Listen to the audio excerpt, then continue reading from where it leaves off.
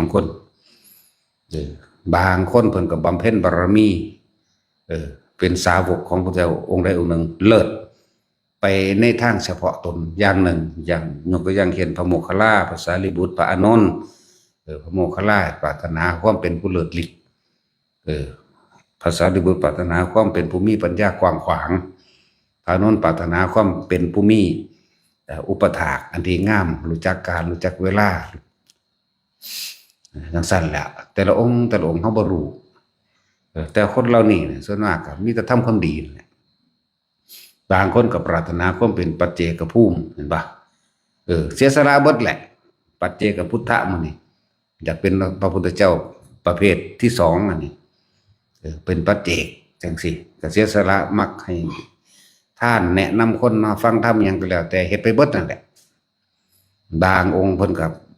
มหาโพธิสัตว์ใหญ่โดยแหละปรารถนาความเป็นพระพุทธเจ้าอันนี้เป็นคนที่พวกนี้วิสัยของพระพุทธเจ้านิสัยอุปนิสัยการกระทำคำพูดเอิ้นว่าอุปนิสัยหรือวิสัยนั่นหรือนิสัยมันก็อุปนิสัยมันนี่ทั้งหลายเหล่านี้เป็นของที่พวกเฮารู้บ่ได้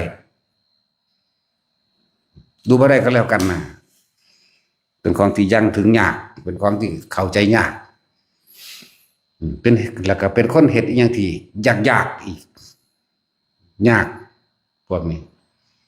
นั่นแหละจังว่าตอนนี้เฮาน้อมเข้ามาโหลดเฮาสิไปดูถูกเฮาสิไปหมิ่นประมาทเฮาสิไปยุ่งยากอีหยังกับผู้อื่นเนาะ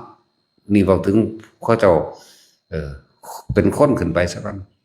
บัดนี้แต่สิพูดถึงว่าการประมาทการกล่าวตู่การใส่ร้าย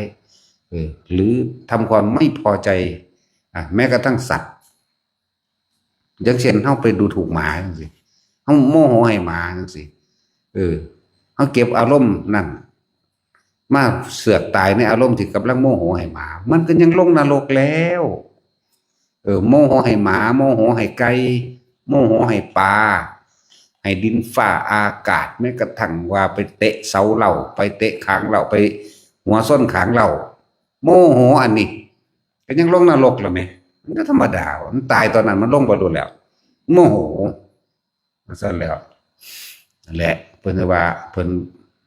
เน้นย้ำตรงว่าอย่าใส่ชีวิตแบบประมาทเด้อ